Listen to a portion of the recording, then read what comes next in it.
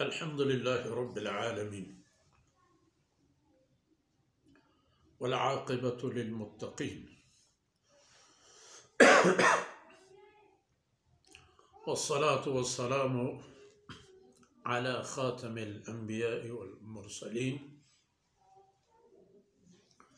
سيدنا محمد وعلى آله وصحبه أجمعين وخلفاء الراشدين المهديين ومن تبعهم بإحسان. أعوذ بالله من الشيطان الرجيم. فستبصر ويبصرون بأيكم المفتون إن ربك هو أعلم بمن ضل عن سبيله وهو أعلم بالمهتدين.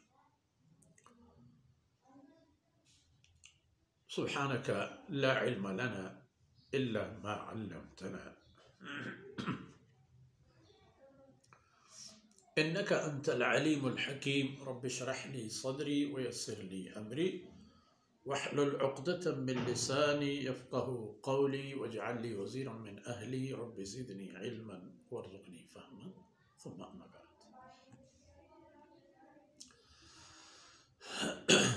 سورہ نون کی آیت ہم نے دیکھ لی کہ اللہ رب العزت نے آن حضرت صلی اللہ علیہ وسلم سے فرمایا ما انت بنعمت ربک بمجنون. اپنے رب کی مہربانی اور اس کی عطیہ اور نعمتوں کی بطفیل آپ کوئی مجنون یا پاگل نہیں ہے. اس آیت میں کفار قریش جھنجھوڑے جاتے ہیں چونکہ قرآن کے پہلے مخاطب یہی تھے اور قرآن کے پہلے منکر بھی ان میں سے پیدا ہوئے.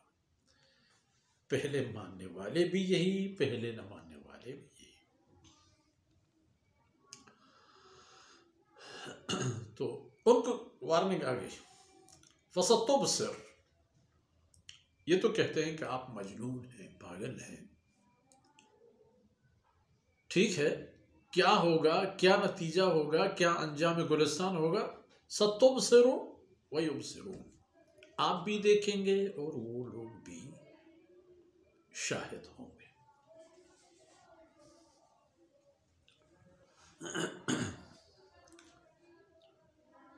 اور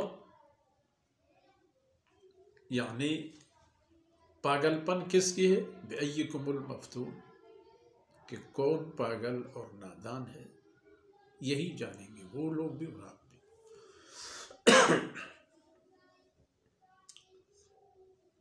آپ صلی اللہ علیہ وسلم کی ابتدائی دعوت سے لے کر فتح مکہ تک پورا دورہ لیا. ان لوگوں نے کبھی جنگ کی آگ کو ٹھنڈی ہونے نہ دی. مکہ مکرمہ کے 13 سال آپ صلی اللہ علیہ وسلم کی دوستوں کی ہجرت اور حبشہ کی طرف جانا، اس کی تعاقب، پھر مدینہ طیبہ آپ صلی اللہ علیہ وسلم کی ہجرت اللہ کے حکم سے اور آپ کی رفقا کا بھی، تو وہاں باقاعدہ جنگیں فتنوں میں آ گئے اور فتنے ان کی آنکھیں نہیں کھول سکے، امتحانات ان کی آنکھیں نہیں کھول سکے.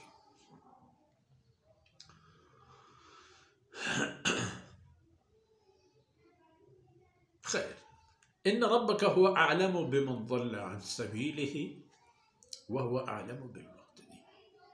اب ظاہر ہے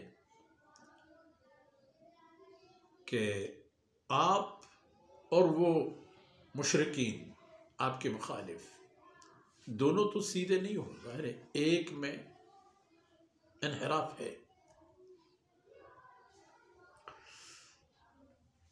اب حقیقی منحرف کون ہے وہ اللہ بہتر جانتا ہے.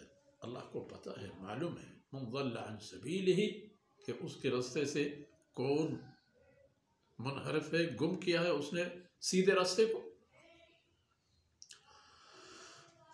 وہو اعلم بالمہتدین، اور اللہ کی ذات ہدایت پر چلنے والوں کو بھی بہتر جانتا ہے. آپ لوگ بھی ان کی نشانیاں دیکھ لو.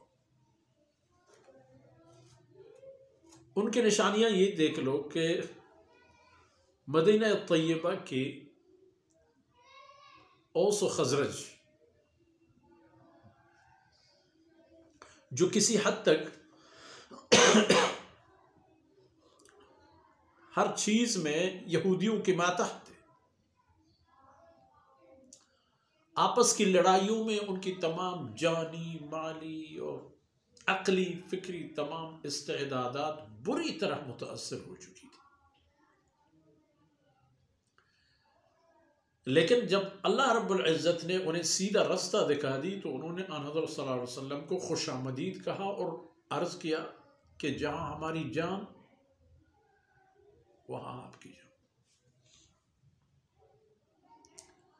اور جہاں آپ کی جان وہاں ہماری جان. اور کمال کی داد دیجئے حضرات انصار، ایک جنگ میں بھی پیچھے نہیں رہے. احد میں آن حضرت صلی اللہ علیہ وسلم کے قرب و جوار میں جان گنوانے والے انصار تھے. آپ صلی اللہ علیہ وسلم کی حفاظت کرنے والے انصار تھے. ہر جنگ میں آپ صلی اللہ علیہ وسلم کے ذاتی محافظ بھی انصار تھے، خادم بھی انصار تھے. اور اللہ رب العزت نے صرف احد کی کچھ نتیجے ایسے نہیں نکلے جو بدر کی طرح ہوں، لیکن کفار قریش کو بھی وہ فتوحات اس جیسے حاصل نہیں ہوئے جو بدر میں آن حضرت صلی اللہ علیہ وسلم نے حاصل کیے تھے. اور اس کے بعد تو سوال پیدا نہیں ہوتا. اور اس کے بعد اگر خندق کو دیکھا جائے، لشکریں لے کے آ گئے تھے، 10,000 کا لشکر.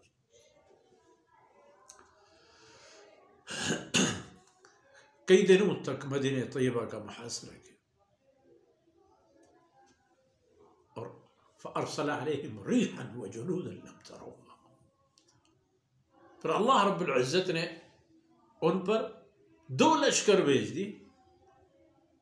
ایک ہوا، تند قسم کی ہوائیں، طوفانی ہوائیں اتنی تیز اور سخت کہ ان کے اونٹوں کی رسیاں اکاڑ کے اونٹوں کو بگا رہے تھے. دیگوں کو ہوا کے دباؤ کی وجہ سے الٹے ہونے پڑے، اور فرشتے بھی آ گئے، ناکام و نامراد. بہت کچھ مال، اسباب، وسائل، وقت سب کچھ ضائع کر کے چلے گئے. یہ سب نشانیاں ہیں کہ یہ لشکر ہدایت پر ہے اور وہ لوگ گمراہی پر ہیں. اس لیے فرمایا ان ربک هو اعلم بمن ضل عن سبیلہ وهو اعلم بالمهتدین. ہدایت والے بڑھتے چلے گئے. آخر الامر یہی جو آج گمراہ تھے، کل ان کو بھی اللہ نے ہدایت کی دولت سے مالا مال فرمایا. ان میں خالد جیسے لوگ بھی آ گئے، عمرو بن العاص جیسے لوگ بھی آ گئے. ان کا سب سے بڑا سیاسی لیڈر تھا. ان کے سفارتی مشن اس وقت کامیاب ہوتے جب عمرو بن العاص اس کی قیادت کرتے ہوتے. ان کی جنگیں اس وقت نتیجہ خیز ہوتی جب خالد بن ولید ان کا سپہ سالار ہوتا. دونوں اللہ رب العزت نے اپنے رسول کے جولی میں ڈال دی. فَسَتُبْصِرُ وَيُبْصِرُونَ، وہ بھی دیکھیں گے اور آپ بھی دیکھیں گے نتیجہ امر کیا ہوگا. اگلی باتیں انشاءاللہ اگلے نشستوں میں عرض کرتے رہیں گے. اللہ رب العزت ان لمحات کو میرے اور آپ کی اور ہمارے عزیزوں کی دنیا اور آخرت کی خیر کا سبب بنا دے. وصلی اللہ علی نبینا محمد وعلی آلہ وصحبہ اجمعین.